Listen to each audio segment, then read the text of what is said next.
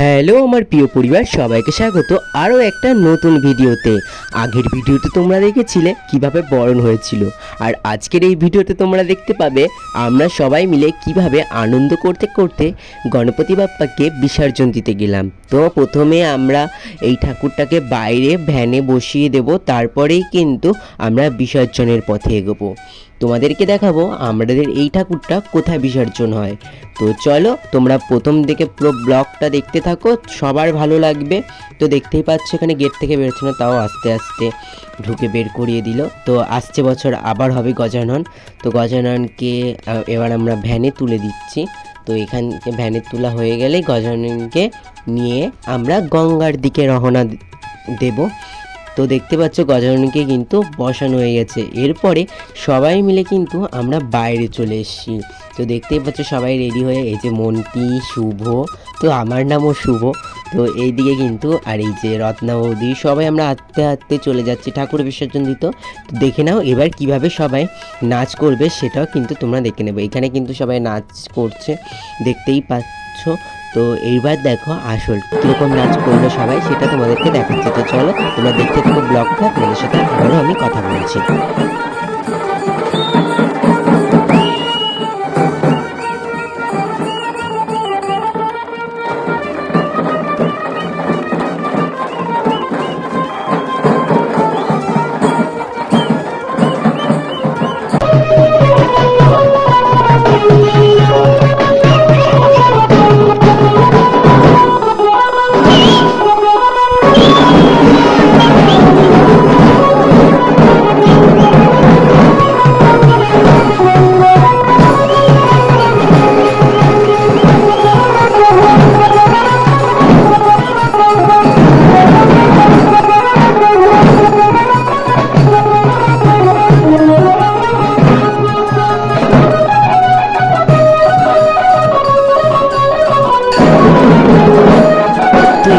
আমরা কিন্তু সবাই মিলে নাচতে নাচতে গঙ্গার ঘাটের দিকে এগোচ্ছি।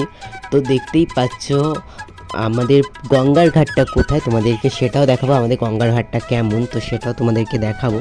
তো চলো যেতে থাকি। তো অনেকটাই রাস্তা, বেশিক্ষণ লাগে না রাস্তা, তাও কিন্তু সবাই মিলে আনন্দ করতে করতে যাচ্ছি। এরকম মনটি চলে এসছে।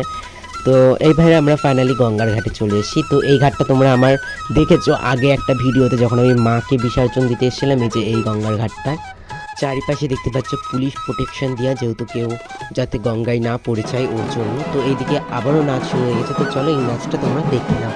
খুব ভালো নাচ নেচেছিলাম, তো আমিও নাচ করেছিলাম। তো চলো দেখে নাও এই নাচটা আমরা কীভাবে নাচ করলাম।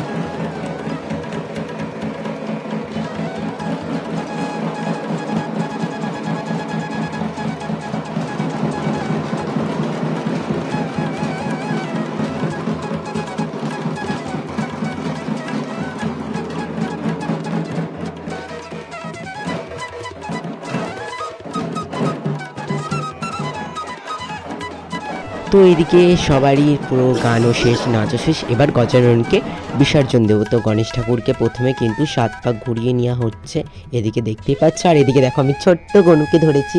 তো কেমন লাগছে সবাই কমেন্ট করে জানিও। আর খুবই খারাপ লাগছিল, যেহেতু আবারও 1 বছরের অপেক্ষা, তারপরে আবারও গজাননের আসবে। তো মনটা অনেকটাই খারাপ হয়ে যাচ্ছিলো। দেখো গঙ্গার ঘাটটা রাত্রিবেলা কিন্তু অনেকটাই সুন্দর লাগে দেখতে। চারিদিকে এখন পুরো ভাটা, ওর জন্য আমরা নিচেই যাচ্ছি অনেকটা।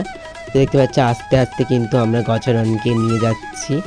তো এইদিকে আমরা ভাবছিলাম এই পাশে দেবো, কিন্তু বললো না না তোরা ওই পাশে যা। তো দেখতে পাচ্ছি ফার্স্ট টাইমে ওই পাশে চলে গিয়েছিলাম, তারপরে কিন্তু আমি বাঁ দিকে ওই ব্রিজটা, তোমরা যদি কেউ চেনো অবশ্যই কমেন্ট করে জানিও, তোমাদের একটু হলেও চেনা চেনা মনে হবে। তোমরা অবশ্যই সবাই কমেন্ট করে জানিও কোন ব্রিজ এটা আর কোন গঙ্গার ঘাট, সেটা কিন্তু তোমরা অবশ্যই কমেন্ট করে জানাবে আমাকে। আর তোমরা যদি সবাই ইউটিউবে দেখে থাকো তাহলে অবশ্যই কিন্তু সাবস্ক্রাইবার করতে ভুলবেন না, আর যদি ফেসবুকে দেখে থাকো তাহলে কিন্তু ফলো করতে ভুলবেন না। তো চলো, গজাননের বিসর্জন তো হয়েই যাবে এখনই, আবারও একটা বছরের অপেক্ষা, এরপরে কিন্তু আসবে আমাদের মা দুর্গা। তো কেমন এক্সাইটেড সবার।